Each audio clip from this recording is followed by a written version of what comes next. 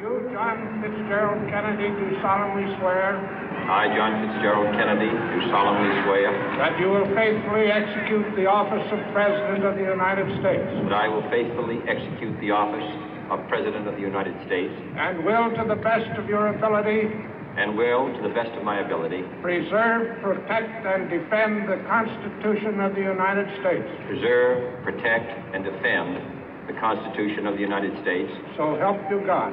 So help me God.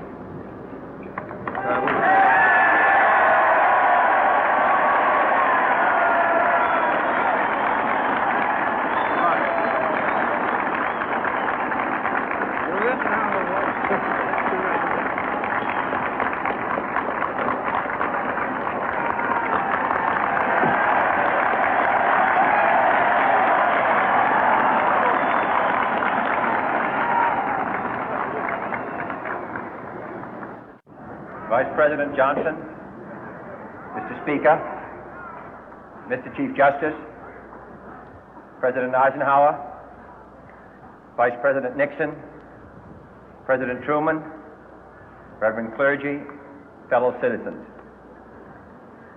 We observe today not a victory of party, but a celebration of freedom, symbolizing an end as well as a beginning, signifying renewal as well as change. For I have sworn before you and Almighty God the same solemn oath our forebears prescribed nearly a century and 3/4 ago. The world is very different now, for man holds in his mortal hands the power to abolish all forms of human poverty and all forms of human life.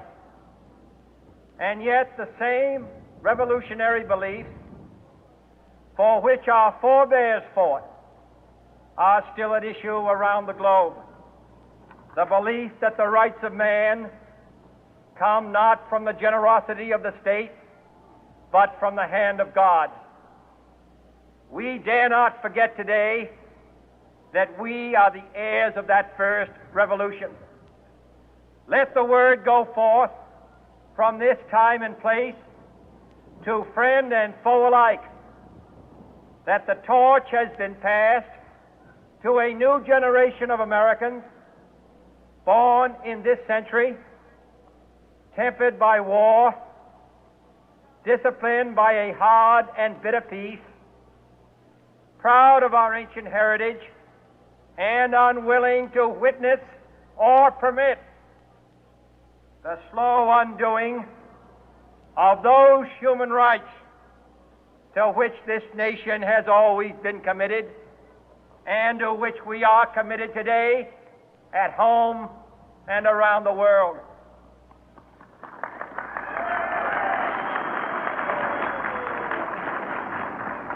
Let every nation know, whether it wishes us well or ill, that we shall pay any price, bear any burden, meet any hardship, support any friend, oppose any foe to assure the survival and the success of liberty.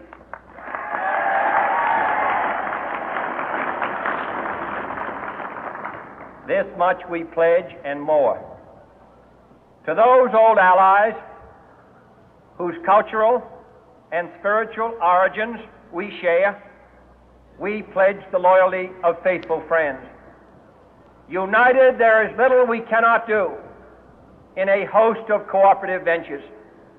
Divided, there is little we can do, for we dare not meet a powerful challenge at odds and split asunder. To those new states whom we welcome to the ranks of the free, we pledge our word that one form of colonial control shall not have passed away merely to be replaced by a far more iron tyranny.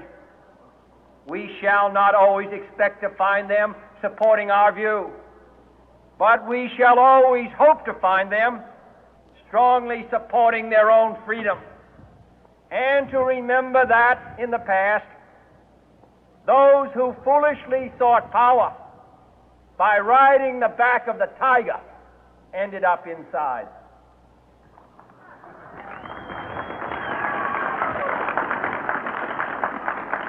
To those people in the huts and villages of half the globe struggling to break the bonds of mass misery, we pledge our best efforts to help them help themselves for whatever period is required, not because the communists may be doing it, not because we seek their votes, but because it is right. If a free society cannot help the many who are poor, it cannot save the few who are rich.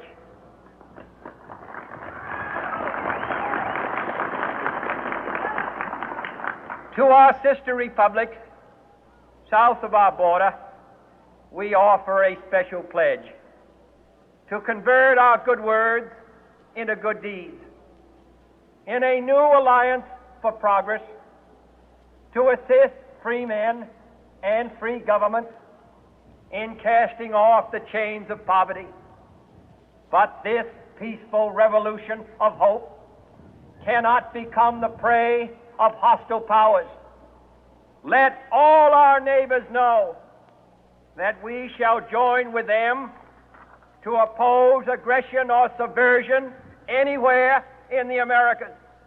And let every other power know that this hemisphere intends to remain the master of its own house.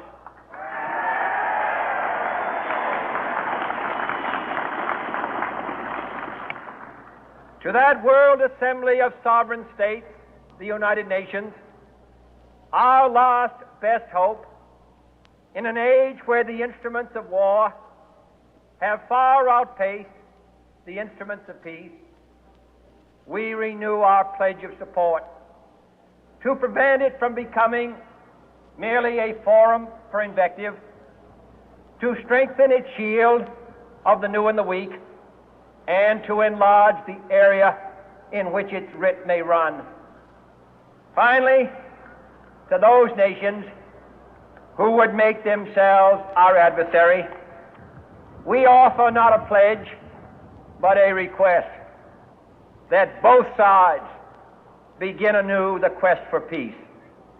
Before the dark powers of destruction, unleashed by science, engulf all humanity in planned or accidental self-destruction, we dare not tempt them with weakness, for only when our arms are sufficient beyond doubt can we be certain beyond doubt that they will never be employed. But neither can two great and powerful groups of nations take comfort from our present course, both sides overburdened by the cost of modern weapons, both rightly alarmed by the steady spread of the deadly atom, yet both racing to alter that uncertain balance of terror that stays the hand of mankind's final war. So let us begin anew, remembering on both sides that civility is not a sign of weakness, and sincerity is always subject to proof. Let us never negotiate out of fear, but let us never fear to negotiate.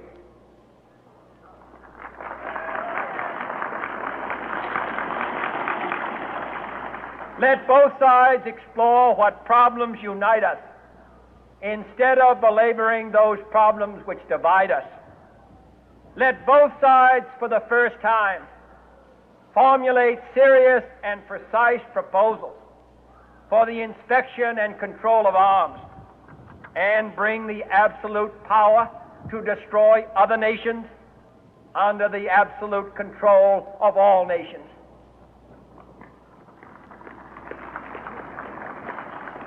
Let both sides seek to invoke the wonders of science instead of its terrors. Together, let us explore the stars, conquer the deserts, eradicate disease, tap the ocean depth, and encourage the arts and commerce. Let both